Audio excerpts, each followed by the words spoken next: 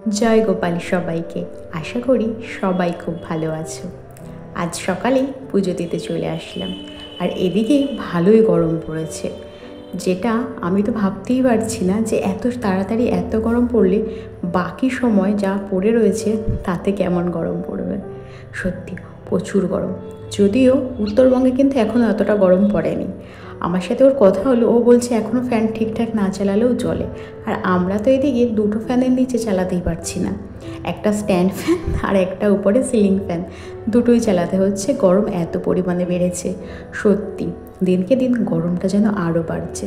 যদিও এর কারণটা আমরাই প্রকৃতিকে এমন করে তৈরি করেছি যাতে প্রকৃতির ঠান্ডা জিনিসটা হারিয়ে এখন উত্তপ্ত হয়ে গেছে। তো এই গরমের মধ্যেও সব কাজ করতে হবে, তাই ভাবলাম সকাল সকাল পুজোটা দিয়ে নিই। পুজোটা দিয়ে সব কাজ শুরু করতে না খুব ভালো লাগে। আর সবসময় পুজো দিয়ে কোনো কাজে যখন আমি শুরু করি আমার মনে হয় কাজটা তাড়াতাড়ি আগায়। মানে সকালে স্নান করে পুজো দেওয়ার পর রান্নাঘরে ঢুকলে আমার যেন মনে হয় বড় একটা কাজ কমপ্লিট হয়ে গেল, এইবার আমি নিশ্চিন্তে রান্নাবান্না করে কাজ কমপ্লিট করতে পারি। আসলে আমাকে আমার পিসি বলেছিল যে ঠাকুরকে খেতে দিয়ে তুই কাজ করতে গেলে দেখবি তাড়াতাড়ি কাজ হয়ে যায়।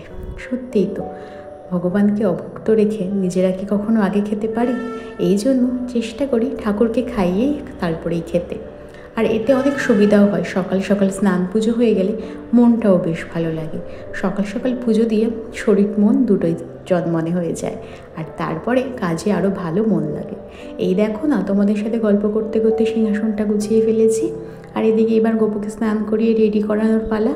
ওকেও গরমে একটু বেশি করে জল দিয়ে স্নান করিয়ে দিই। গরমকালে বাথরুম থেকে স্নান করে বেরোতেই ইচ্ছে করে না, আর শীতকালে কত তাড়াতাড়ি বেরোনো যায়, এই প্রতিযোগিতা চলে।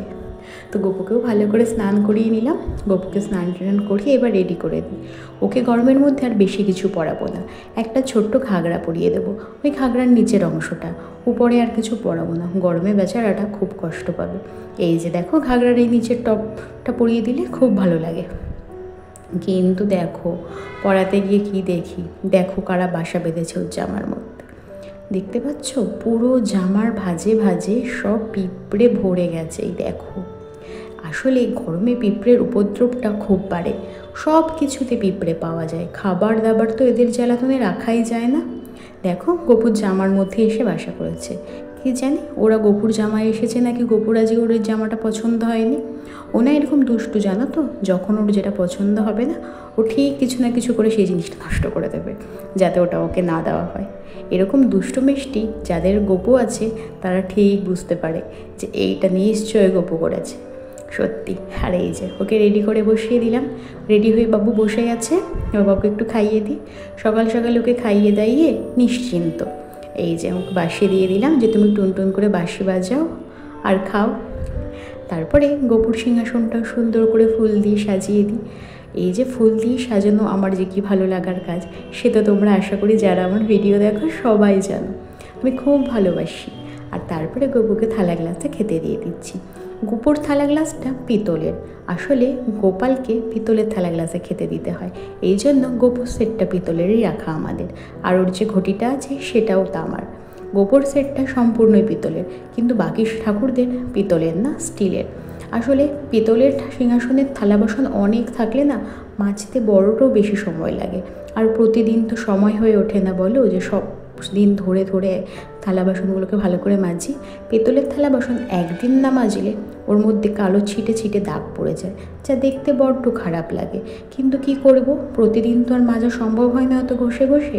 এই জন্য ঠাকুরের বাকি থালা বাসনগুলো স্টিলের করা, কিন্তু আমার শ্বশুরবাড়িতে সব পিতলের। 10টা থালা 10টা গ্লাস সবই। চলো আগে আরতিটা করে নিই।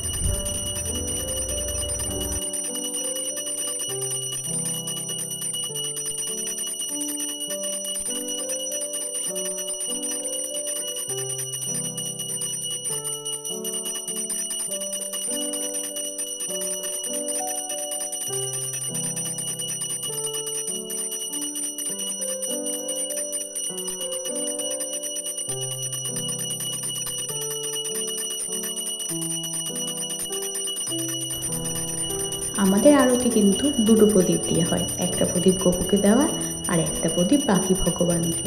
আর এই যে জলশঙ্খ, আমার শ্বশুরবাড়িতে জানো তো জল শঙ্খ টানানো হয়, মানে ওদের জল শঙ্খটা লক্ষ্মীর জল শঙ্খ, প্রতি বৃহস্পতিবারে জল পাল্টানো হয়, আর জল শঙ্খটা জল ঘটের মতনই রেখে দেওয়া হয়।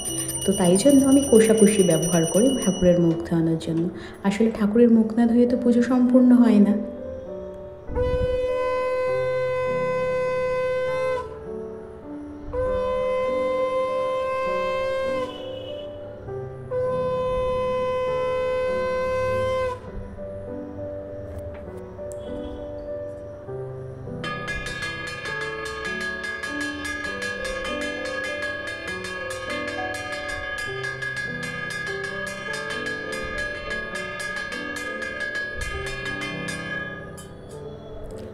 ঘণ্টা কাসর বাজানো হয়ে গেছে, আমার আজকের পুজো শেষ।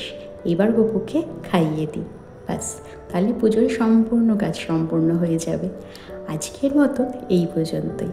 আজ তাহলে আসি, খুব শিগগিরই একটা নতুন ভ্লগ নিয়ে তোমাদের সামনে আবার এসে উপস্থিত হব। ততক্ষণের জন্য সবাই খুব ভালো থেকো, সুস্থ থেকো। জয় গোপাল।